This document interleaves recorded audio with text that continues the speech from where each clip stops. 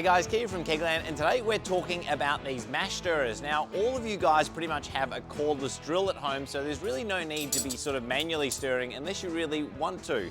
We have been selling these, very simple mash paddles for quite some time, which just have some stainless tube and a paddle welded onto the end, and basically just stir in your mash like that. Now, as much as they're fantastic, if you get a drill, you can much more effectively get those dough balls out, and you can get them out much quicker and, kind of with less effort as well. So, I have seen some people get these types of mash stirrers here, chop the end off. So it's got this, flattened end where you normally hang it up on a hook or something like that, but you can chop this end off, that way it fits in the drill chuck. But ultimately that works pretty well, but it's not quite perfectly centered is one issue. The other thing is if it starts to get a bit of a wobble because it's only made by, relatively thin stainless tube, they can bend if you've got a very fast RPM on the drill. So we decided it was time for us to make some dedicated mash stirrers. So we've got these two here, which are on the website now. We've got this one here, which it kind of looks like a paint stirrer. Basically kind of copied the paint stirrer design. That one's okay. Look, it's definitely good for, more liquid mashes, I guess, because it's got more surface area pushing against the mash.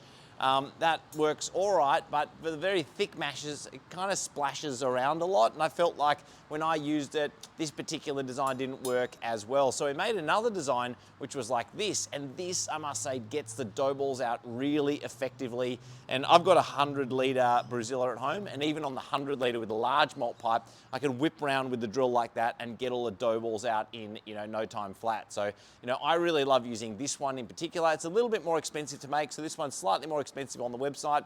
The other thing I should say about this one is because it uses this laser cut flat pieces here on either side of the mash stirrer, you do find that, they can also potentially scratch the sides of, the malt pipe. Now, look, malt pipes aren't made to be beautiful, so maybe you don't really care anyway, but just one of those things, because this particular design has the sort of bent wire, it kind of knocks up against it, but doesn't have the ability to scratch like sort of the sharper edges of this. And look, I have seen some other designs out there which use perforated screen, which have the same issue.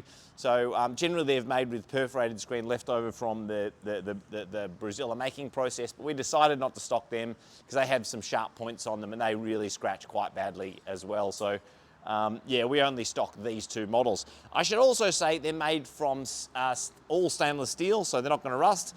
And the other thing is they're made out of solid bar stock and also have a little hex at the end. So if you look there, it's got the hex drive. That way it doesn't slip easily, inside the drill truck. Anyway, I'm gonna mash in and I'll show you how these bad boys work. So now I've got the malt pipe basically half inserted under the water. So normally I wait until that water just goes up and saturates some of that grain in the bottom of the malt pipe.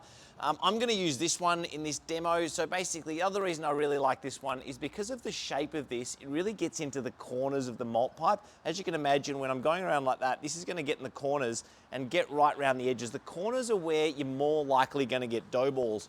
And although this one does kind of an all right job, I do like this particular shape really kind of does a much better job in that respect as well. All right, now I get the drill and just go like that. Now I'm on the slow setting on the drill, so I normally just start off with that. And then to finish it off, I'll go up to the full speed one like this, and then now you can see how much movement there is. That's really mixing everything in really thoroughly. So as you can see, with a few presses of the trigger, I'm getting some really good stirring there.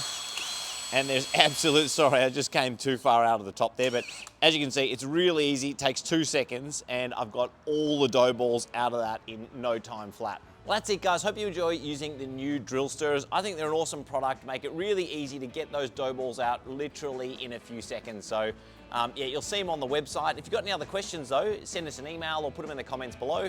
The other thing you can do is also sign up to our Facebook Homebrew community group. And then the other thing is subscribe to our YouTube channels down bottom right-hand corner. You can do that now. All right, thanks for that. Really appreciate the support, guys, and see you next time. Bye.